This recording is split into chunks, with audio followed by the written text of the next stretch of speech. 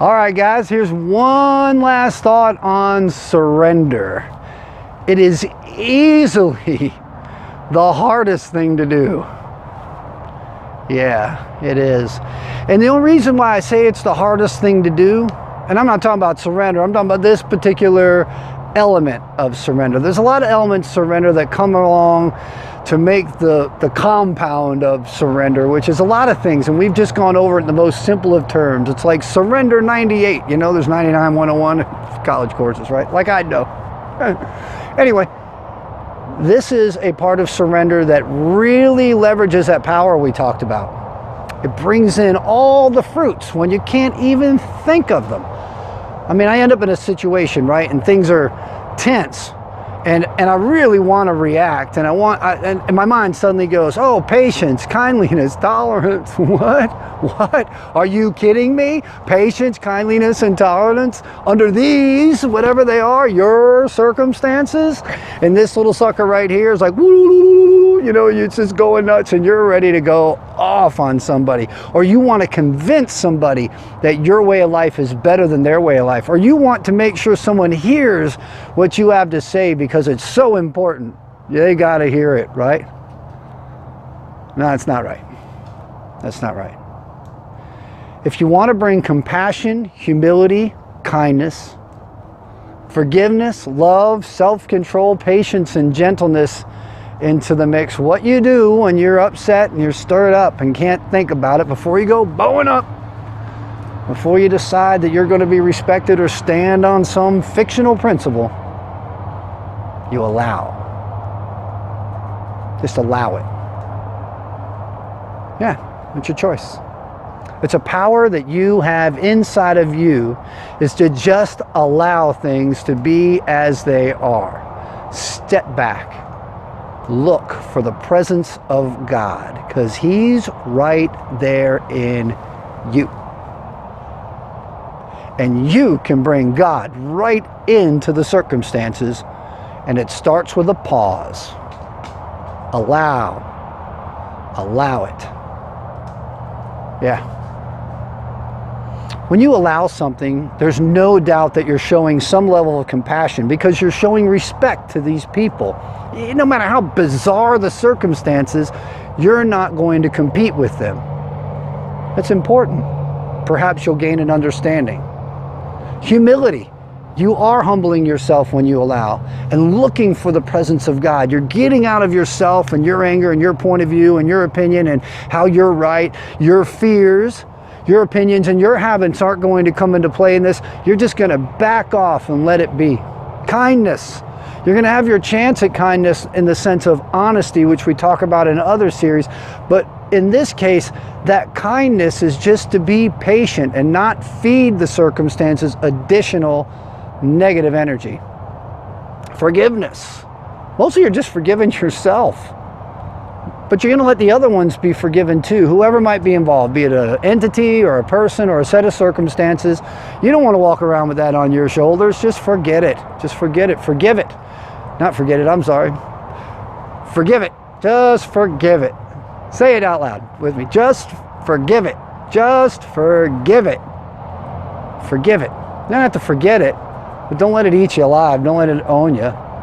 Self-control. Well, all these things represent self-control. What a beautiful thing that is. When someone's coming at me and they want to get me mad, or something's coming at me and it's made me really sad. When something's coming at me and it's made me really glad, I can sit back with objective spirituality and look at it for the presence of God and keep self-control. I don't have to let any of those things happen. And I can even glorify God in the most difficult circumstances through this method. Patience. Patience, just wait. Just wait. Allow things to develop. One thing we all do better is we make better decisions with more information. And as difficult circumstances develop, and sometimes over days, weeks, months, perhaps even years, they'll come along and you'll get more information. And in so, you'll be getting better at what you're doing. And the last one is gentleness.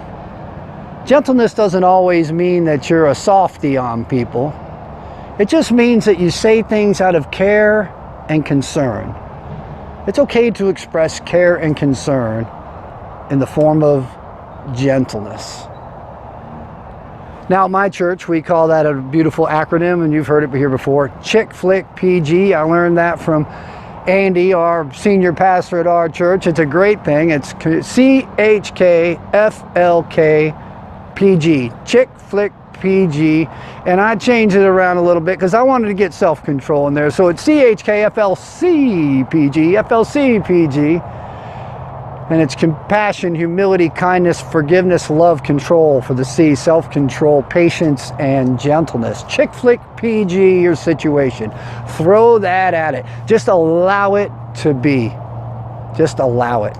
Everybody has a right to be, want, wish, feel, say, and do however they want to be, want, wish, feel, say, or do. I'll tell you, it's a good thing I don't run everybody's life. Probably a good thing you don't run everybody's life too. I don't know you, and some of you I do know better than you think. So let's think about all this stuff about surrender we've covered so far. We started off saying it's just a new and different set of directions. I'm just going to give up my way of doing things. I'm going to try this other way of doing things. That's really the first part of surrender. The second part of surrender is to fully engage. And I'm going to dive into that new way of doing things. I'm going to go at it hard. I'm going to give it all I got. We're going to go back to honesty, right? I'm going to give it my honest effort. That's something that lays inside of your heart and your mind. You know the truth. We're going to pray for our thoughts to move towards this new direction. We're going to give ourselves some time to make these changes. We're going to pick one thing and see if we can't work on that. Then we're going to leverage that power. That knowing that I have this option of surrender and following a new set of directions gives me a power to change my life. The world doesn't control me anymore. I control me. And the very last bit we just got done talking about is to allow. That gives God time to work, to pause. Pause when agitated. Pause when fearful. Pause when you're disturbed in any way. And find a way to allow the circumstances just to develop. Surrender. Very, very powerful. The pivot, the little spot in life that you can change on. The place where you're going the wrong direction and you're going to turn to get to the right direction is when you become fully willing to surrender. And remember, you can change that as often as you would like to. So if you fall off that boat, hop right back on by opening your mind to willingness, diving into some prayer. Read some sort of spiritual material. It doesn't have to be the Bible by any means. There's tons and tons of great stuff and thoughts. Find something you're comfortable with that aligns with your way of life and move forward. Know God is always with you. He's in every single thing. It's all divinely created. It all represents a divine intelligence. Far smarter than me. It doesn't always go my way. That's all right.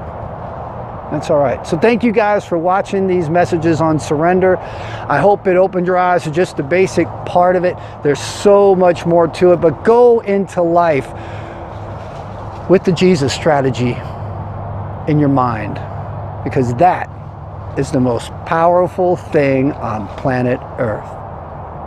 Love one another, people. I hope you have a great day.